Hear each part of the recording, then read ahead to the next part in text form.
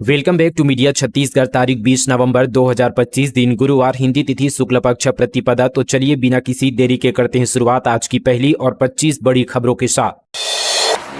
किसान सम्मान निधि की 21वीं किस्त जारी। छत्तीसगढ़ के 25 लाख किसानों के खातों में पहुंचे 500 करोड़ रुपए। केंद्रीय कृषि, किसान कल्याण एवं ग्रामीण विकास मंत्री शिवराज सिंह चौहान ने धमतरी में आयोजित राज्य स्तरीय समारोह में 2225 करोड़ रुपए के ग्रामीण सड़क परियोजनाओं मखाना बोर्ड का विस्तार, प्रधानमंत्री किसान सम्मान निधि के अंतर्गत किसानों को प्रत्यक्ष भुगतान और उनके विकास परक घोषणाओं का औपचारिक शुभारंभ किया। प्रधानमंत्री नरेंद्र मोदी ने कोयम्बटूर से प्रधानमंत्री किसान सम्मान निधि की 21वीं किस्त का देशव्यापी वितरण और छत्तीसगढ़ के 25 लाख किसानों के खातों में 500 करोड़ रुपए का सीधा हस्तांतरण कर इस आयोजन का मुख्य आकर्षण रहा। हजारों किसानों, ग्रामीण प्रतिनिधियों की उपस्थिति में संपन्न इस समारोह ने राज्य के विकास पथ को नई दिशा प्रदान की। प्रदेश में 4 दिनों में 7,28,000 क्विंटल धान खरीदी। केंद्रों पर पारदर्शी टोकन प्रणाली की सुविधा। राज्य के सभी जिलों में किसानों से समर्थन मूल्य पर धान खरीदी का सिलसिला बिना किसी व्यवधान से जारी है, ऐसा कहना है छत्तीसगढ़ सरकार का। वहीं धान खरीदी शुरू हुए अभी यहां पर 4 ही दिन हुए हैं। इसके बावजूद उपार्जन केंद्रों में धान की आवक तेजी से होने लगी है। सहकारी समिति के कर्मचारियों के हड़ताल के बावजूद भी पूरे राज्य में धान खरीदी प्रभावित है। सभी यहां पर समितियों व उपार्जन केंद्र में धान लेकर आने वाले किसानों से बिना किसी रुकावट के धान खरीदी जारी है। बलरामपुर राजपुर मार्ग पर धूल और गड्ढों से लोग त्रस्त। स्थानीय लोग बोले, धूल के कारण लोग बीमार पड़ रहे, पानी का भी छिड़काव नहीं किया जा रहा। राष्ट्रीय राजमार्ग 343 पर निर्माण कार्य के कारण बलरामपुर रामानुगंज से राजपुर के बीच लोगों को भारी परेशानी का सामना करना पड़ रहा है। सड़क पर उड़ती धूल और जगह जगह बने गड्ढे यात्रियों की मुश्किलें बढ़ा रहे हैं। इस रास्ते पर 2 अलग अलग खंडों में 2 लेन सड़क का निर्माण कार्य जारी है। शासन ने निर्माण शुरू होने से पहले सड़क का आवागमन योग्य बनाए रखने के लिए 10 करोड़ रुपए स्वीकृत किए थे। हालांकि इन मरम्मत कार्यों में अनियमितताएं सामने आई है, जिसके परिणाम स्वरूप सड़क कई स्थानों पर उखड़ गई है और यात्रा करना कठिन हो गया है। कवर्धा जिले में 2 बायसन का शिकार। सीसीएफ की टीम पहुंची मौके पर, 5 शिकारी गिरफ्तार। कबीरधाम जिले के भुरमदेव अभ्यारण्य के छिलपी पूर्व रेंज के बीट क्रमांक 333 से वन विभाग की गंभीर लापरवाही सामने आई है। यहां शिकारियों ने जंगल में करंट लगाकर 1 सप्ताह के भीतर 2 बायसन का शिकार कर लिया है। सूचना मिलने पर वन विभाग की टीम मौके पर पहुंची, जहां बायसन के अवशेष बरामद हुए। जांच के दौरान यह सामने आया कि शिकारियों ने जंगल में लगभग 3 से 4 किलोमीटर तक बिजली के तार बिछाकर करंट लगाया था। इसी की चपेट में आकर यहां पर 2 बायसन की मौत हो गई थी। मामले की गंभीरता को देखते हुए वन अधिकारियों ने तुरंत डॉग स्क्वाड को बुलाया और व्यापक तलाशी अभियान शुरू किया। राष्ट्रपति प्रवास, सरगुजा छावनी में तब्दील, कई मार्गों पर जाम। अंबिकापुर में सुरक्षा में 2000 जवान तैनात। शहर के कई स्कूल कॉलेजों में रहेगी छुट्टी। देश के राष्ट्रपति द्रौपदी मुर्मू आज यानी 20 नवंबर को सरगुजा में जनजातीय गौरव दिवस 2025 के कार्यक्रम में मुख्य अतिथि के रूप में शामिल होने वाली है। यह कार्यक्रम पीजी कॉलेज ग्राउंड में आयोजित किया जा रहा है। राष्ट्रपति के आने से पहले बीते दिन सारी तैयारियां पूरी कर ली गई है और पूरे शहर में पुलिस ने कड़ी सुरक्षा व्यवस्था की है। बेमेतरा जिला पंचायत सीईओ के निवास पर ईओडब्ल्यू की 20 आरआई परीक्षा में गड़बड़ी को लेकर प्रदेश के 20 ठिकानों पर रेड। बेमेतरा जिला पंचायत की सीईओ प्रेमलता पद्माकर के ठिकानों पर ईओडब्ल्यू ने छापा मारा है। बेमेतरा के न्यू सर्किट हाउस के पीछे स्थित शासकीय निवास में टीम ने दबिश दी है, जहां जांच पड़ताल जारी है। वहीं सुरक्षा के लिहाज से बेमेतरा की स्थानीय पुलिस टीम भी यहां पर मौके पर मौजूद रही। गौरतलब है कि 6 महीने पहले ही प्रेमलता पद्माकर बेमेतरा जिला पंचायत की सीईओ के रूप में पदस्थ हुई है। इसके बाद बीते दिन ईओडब्ल्यू अधिकारियों की 3 गाड़ी मौके पर पहुंची। कई दस्तावेज खंगाले जा रहे हैं। जांच के बाद ही मामले का खुलासा हो पाएगा। दरअसल छत्तीसगढ़ में एसीबी और ईओडब्ल्यू की संयुक्त कार्यवाही साल भर पूरे प्रदेश में चल रही है। बीते सुबह दोनों एजेंसियों ने प्रदेश भर में करीब 20 ठिकानों पर एक साथ दबिश दी है। यह छापेमारी उस परीक्षा में हुई अनियमितताओं से जुड़ी है जो पटवारी से आरआई बनने के लिए 2024 में आयोजित की गई थी। डिप्टी सीएम ने 29 करोड़ 90 लाख रुपए के विकास कार्यों का किया लोकार्पण और भूमि पूजन। अरुण साव बोले, मुंगेली के विकास के लिए धन की कोई कमी नहीं होगी। डिप्टी सीएम अरुण साव ने बीते दिन मुंगेली में विकास कार्यों का लोकार्पण और भूमि पूजन किया। उन्होंने आगर खेल परिसर में आयोजित कार्यक्रम में 29 करोड़ 90 लाख रुपए से अधिक की लागत से तैयार और प्रस्तावित 114 विकास कार्यों का लोकार्पण और भूमि पूजन किया। छत्तीसगढ़ मंत्रालय में अब अनिवार्य होगी आधार आधारित बायोमेट्रिक उपस्थित। 1 दिसंबर से लागू होगी नई व्यवस्था। छत्तीसगढ़ सरकार ने प्रशासनिक पारदर्शिता, समय पालन और कार्यकुशलता को मजबूत करने के लिए उद्देश्य से बड़ा कदम उठाया है। महानदी भवन और इंद्रावती भवन में कार्यरत सभी विभागों में आधार आधारित बायोमेट्रिक उपस्थिति प्रणाली को अनिवार्य रूप से लागू किया जा रहा है। प्रदेश में शीतलहर का अलर्ट जारी। इन जिलों में पड़ रही कड़ाके की ठंड, बीमारी बढ़ने का बढ़ा खतरा। छत्तीसगढ़ में इन दिनों कड़ाके की ठंड पड़ रही है। मौसम विभाग ने छत्तीसगढ़ के उत्तर और मध्य क्षेत्र में शीतलहर का अलर्ट जारी किया है। मौसम विभाग के अनुसार अगले 2 दिनों तक इस इलाके में शीतलहर की संभावना है। 2 दिनों के बाद लोगों को ठंड से हल्की राहत मिलने की उम्मीद है। अभी पारे में गिरावट का दौर जारी है, लेकिन आने वाले समय में तापमान में 3 डिग्री तक की वृद्धि हो सकती है। मौसम विभाग के अनुसार 4 दिनों के बाद तापमान में 2 से 3 डिग्री की वृद्धि की संभावना है। हालांकि मौसम विभाग ने कहा कि ऐसे मौसम में बीमारी बढ़ने का खतरा रहता है। ऐसे में अपनी सेहत का ख्याल रखें। अंबेडकर अस्पताल से रायपुर सेंट्रल जेल लौटे लखमा आंखों का हुआ चेकअप, कांग्रेस ने लगाया था लापरवाही का आरोप। छत्तीसगढ़ शराब घोटाला मामले में जेल में बंद पूर्व आबकारी मंत्री कवासी लखमा को इलाज के लिए रायपुर के अंबेडकर अस्पताल लाया गया था। यहां उनकी आंखों का चेकअप हुआ। जांच के बाद उन्हें फिर से सेंट्रल जेल भेज दिया गया है। लखमा का इलाज सुरक्षित तरीके से हो, इसके लिए शासन ने उनके साथ पुलिस बल की व्यवस्था भी की थी। कांग्रेस ने जेल में बंद कवासी लखमा के इलाज में लापरवाही का आरोप लगाया था। पूर्व विधायक विकास उपाध्याय और कुलदीप जुनेजा ने पुलिस महानिदेशक अरुण देव गौतम से मुलाकात की थी। कवासी लखमा को तुरंत इलाज के लिए अस्पताल में भर्ती कराने की मांग भी की थी। बता दें कि पूर्व मंत्री कवासी लखमा पिछले 10 महीने से जेल में बंद हैं।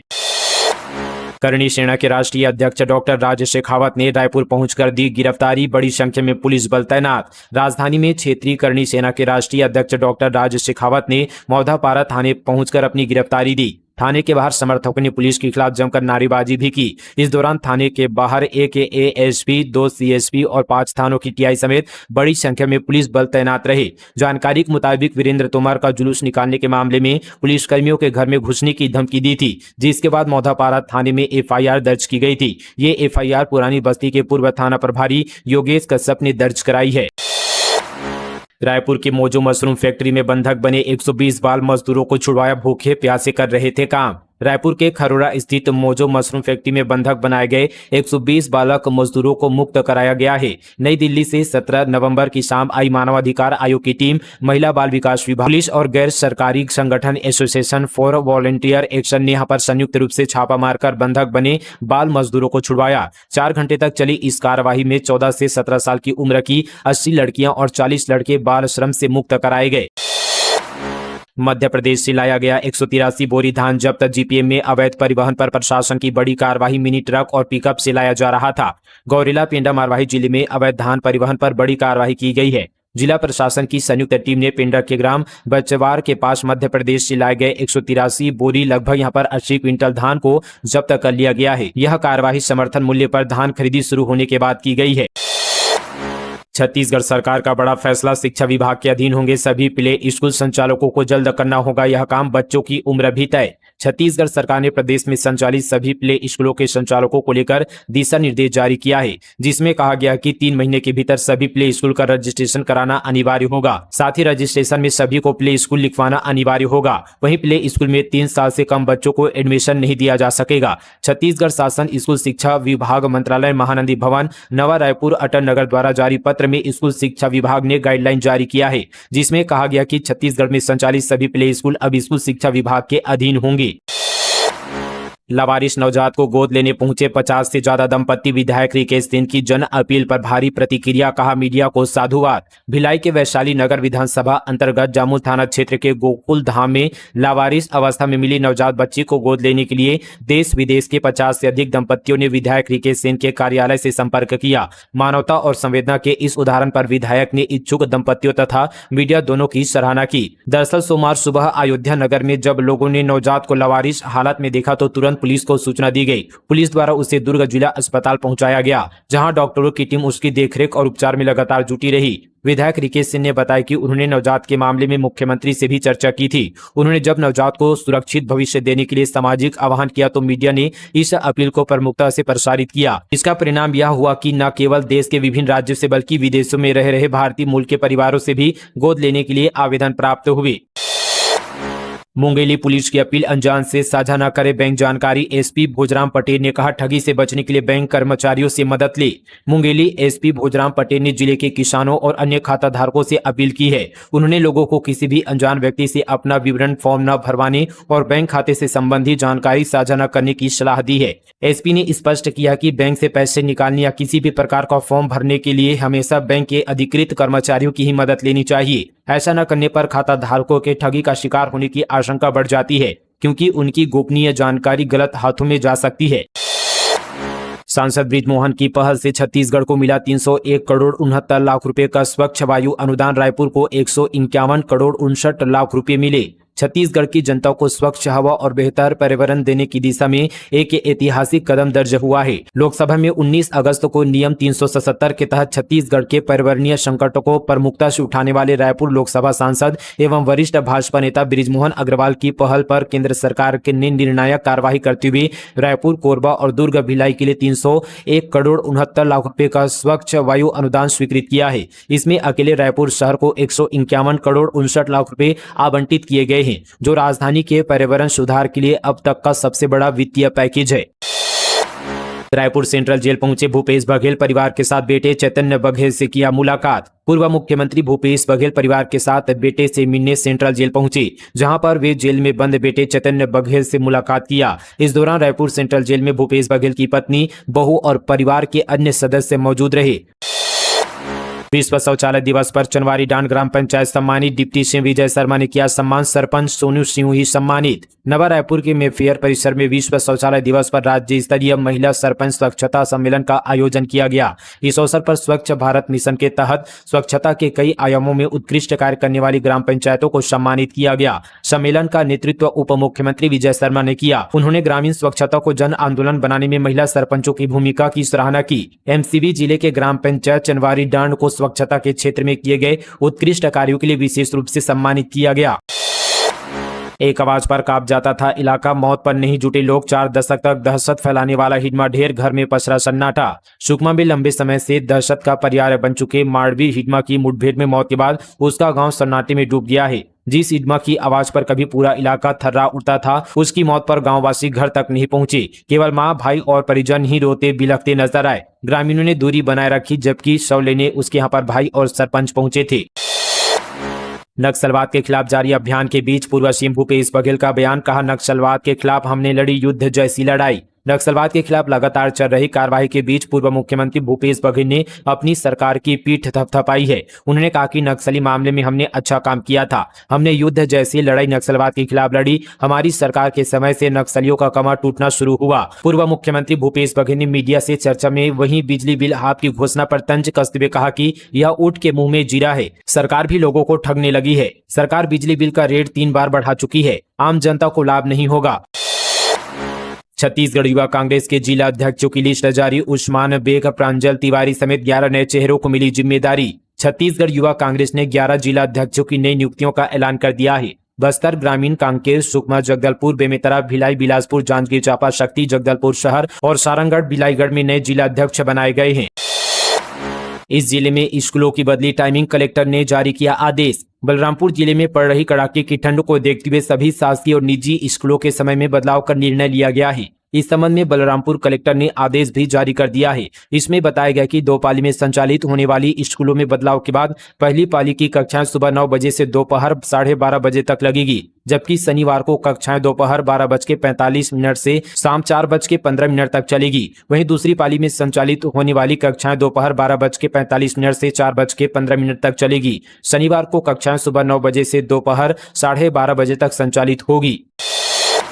7 पुलिस अफसर कर्मी बने corp of the month. Balodabazar SP ने किया सम्मानित। बलौदाबाजार जिले में पुलिस अधीक्षिका भावना गुप्ता के नेतृत्व में अपराध नियंत्रण और अपराधियों की धरपकड़ में बड़ी सफलता हासिल की है। जिले में घटित 2 जघन्य हत्याकांडों का पर्दाफाश करते हुए पुलिस ने आरोपियों को गिरफ्तार कर न सिर्फ पीड़ित परिवारों को न्याय दिलाया, बल्कि जिले भर में पुलिस की कार्यकुशलता का मजबूत संदेश भी दिया। पुलिस टीम के इस उत्कृष्ट योगदान को देखते हुए अक्टूबर 2025 के लिए 7 पुलिस अधिकारी कर्मचारियों को कॉप ऑफ द मंथ सम्मान प्रदान किया गया।